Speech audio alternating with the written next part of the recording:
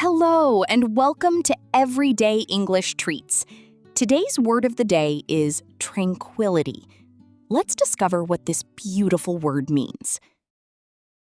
Tranquility means a state of complete calm, peace, and quietness.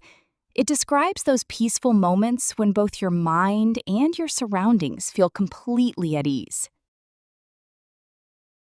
Here's an example.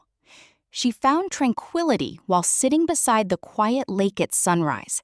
This means the pleasant surroundings helped her feel calm, relaxed, and at peace.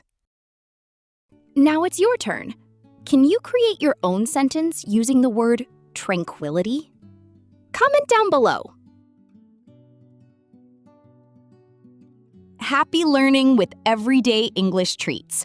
Until next time, take care and keep practicing your English. Learn a little, speak a little, and grow a little every day. See you soon!